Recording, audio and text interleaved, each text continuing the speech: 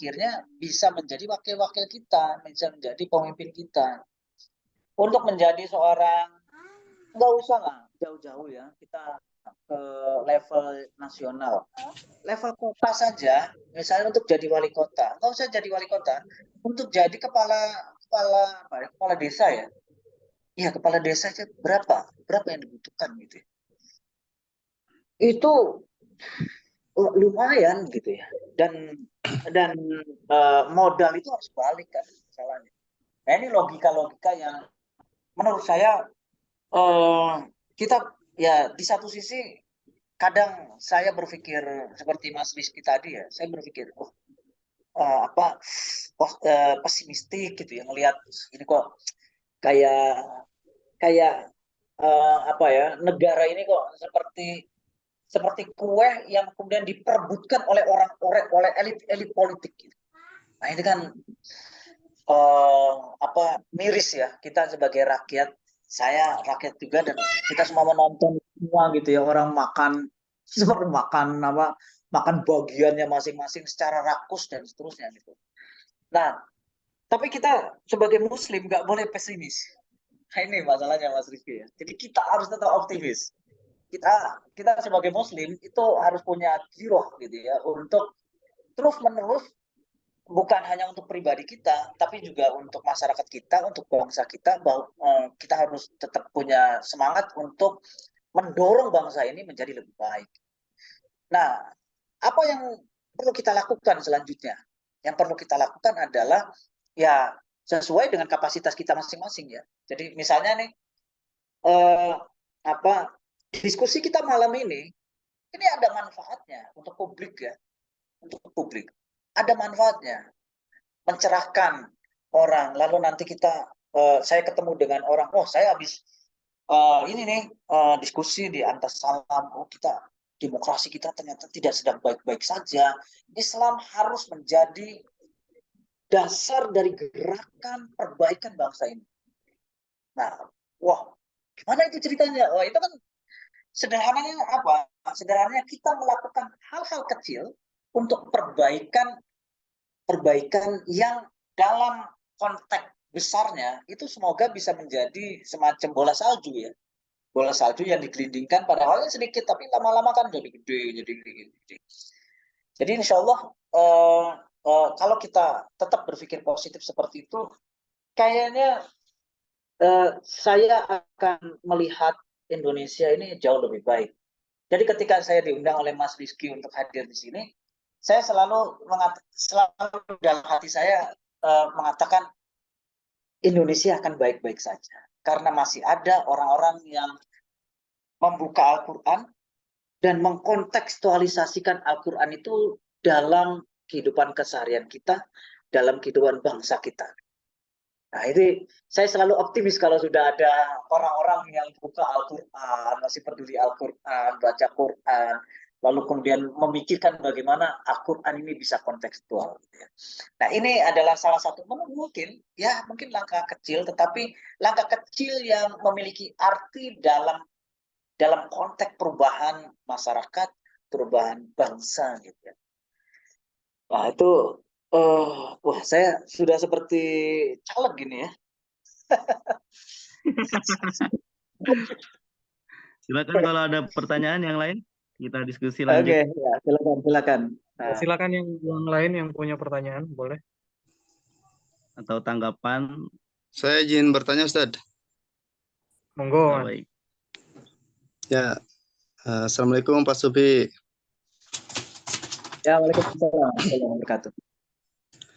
Ya, ini menarik banget temanya seputar demokrasi di Indonesia dan hubungannya dengan Al-Quran ya. Saya ingin bertanya soal ini, Ustadz. Indonesia ini kan lahir daripada persatuan dan kesatuannya ini kan yang diwariskan oleh Belanda, Ustadz.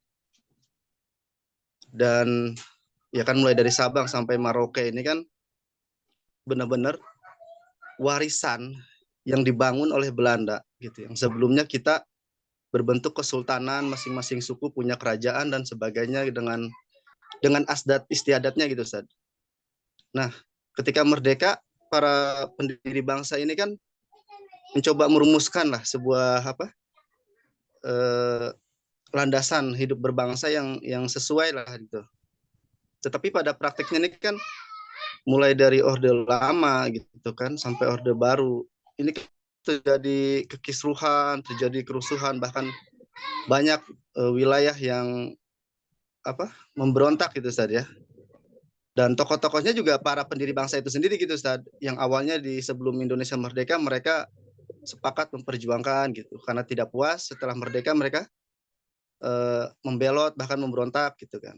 Nah, yang saya ingin tanyakan tuh, kita ini kan sekarang punya kewajiban sebagai generasi muda gitu kan. Terus untuk membela bangsa gitu Ustaz. Nah, sementara yang generasi awal-awal saja yang mereka memang merumuskan dan mendirikan itu pun gagal untuk memelihara ini Ustaz gitu.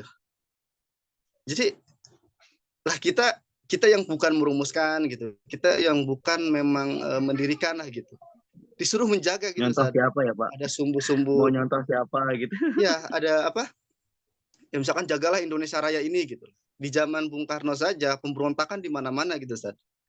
Lalu dilanjutkan dengan Pak Harto misalkan, Orde Baru, ada GAM, ada Timur Leste dan sebagainya. Maksudnya kita ini kan sudah generasi yang beberapa terus punya tanggung jawab yang segitu besar dan hari ini kita begitu banyak masalah gitu Ustaz. Ini hubungannya antara kita sebagai muslim dengan tanggung jawab ini relevansinya apa Ustaz? Kalau memang bubar apakah itu sebuah dosa bagi kita generasi muda atau bagaimana? Ya itu aja Ustaz. Assalamualaikum. Waalaikumsalam warahmatullahi wabarakatuh. Terima kasih Pak. Ini memantik saya berpikir ya, merenung gitu ya tadi. Jadi memang saya sering berpikir gini ya Pak. Jadi saya sering berpikir kita sebagai bangsa Indonesia ini eh, itu seperti keluarga ya. Jadi seperti satu keluarga itu kan. Ada bapak, ada anak, anaknya banyak banget gitu. Anaknya banyak banget. Ada yang nakal, yang suka bikin gara-gara gitu ya, berantem lah gitu. Ada yang saya nggak betah di rumah, pergi gitu ya. Udah pergi gitu kan, dan seterusnya. Jadi memang mengurus negara ini seperti mengurus rumah tangga kayaknya ya, seperti mengurus keluarga gitu ya. Ada porsi lain, porsi masing-masing untuk bertanggung jawab gitu ya. Ada amanah yang ada di setiap orang gitu ya. Jadi kalau Al-Farabi terus yang inspirasinya dari Plato ya, salah satu inspirasinya itu. Jadi negara itu seperti ini, seperti tubuh kita gitu ya. Jadi ada yang jadi kepala negara itu harus orang yang cerdas. Kemudian ada yang tugasnya itu seperti tangan, ada yang tugasnya seperti telinga gitu ya. Ada yang tugasnya seperti kaki. Nah, kita semua harus menjalankan itu, menjalankan peran kita masing-masing. Kalau tidak, itu bahaya banget. Misalnya kaki yang tugasnya itu untuk menopang badan kita, ingin jadi kepala, wah itu bahaya banget. Jadi ada orang-orang yang memang nggak punya kapasitas untuk memimpin negara, kemudian mencalonkan diri jadi kepala negara gitu ya misalnya ya. Wah ini bahaya banget. Nah, Indonesia ini diwariskan oleh orang tua kita. Jadi ada konsep ini kalau dalam konteks Indonesia ini ya. Jadi ada istilah bahwa Indonesia itu adalah nation state. Jadi nation state itu nation dulu baru state. Jadi bangsa negara bangsa itu kalau dalam bahasa Inggris itu kan negara bangsa itu nation state. Nation state itu negara bangsa. Jadi ada bangsa dulu, baru kemudian ada negara. Nah beda dengan Indonesia. Indonesia itu ada ketika ada negaranya dulu. Jadi bangsa Indonesia, apa yang disebut bangsa Indonesia? Itu adalah bangsa yang muncul setelah 45, setelah kemerdekaan. Atau kalau mau ditarik ke belakang, ketika Sumpah Pemuda itu. Jadi itu bangsa Indonesia. Apa yang disebut bangsa Indonesia? Karena sebelumnya ya Indonesia itu kan nggak ada. Tahun pertama kota Indonesia itu muncul tahun 1900-an itu. Baru muncul. Sebelum itu nggak ada Indonesia. Ada nih Nusantara ya. Ada Nusantara. Nah ini semua diwariskan oleh oleh orang-orang tua kita ya, oleh orang-orang tua kita, lalu kemudian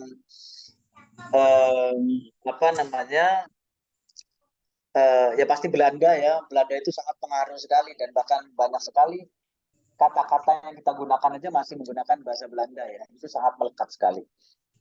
Nah pertanyaannya adalah kalau kita merefleksikan ya, memikirkan perjalanan bangsa ini. Perjalanan bangsa ini kan sebenarnya nggak lempeng-lempeng aja, ada belok-beloknya. Dan bahkan tadi itu ya, Pak Sumaran ya, itu ada pemberontakan gitu ya. Ada yang memisahkan diri malahan ya. Dan lalu apa tanggung jawab kita sebagai terutama kaum muslim ini? Saya kalau ada pertanyaan seperti itu agak haru ya, agak haru karena apa? Karena yang pertama, saham terbesar bangsa Indonesia ini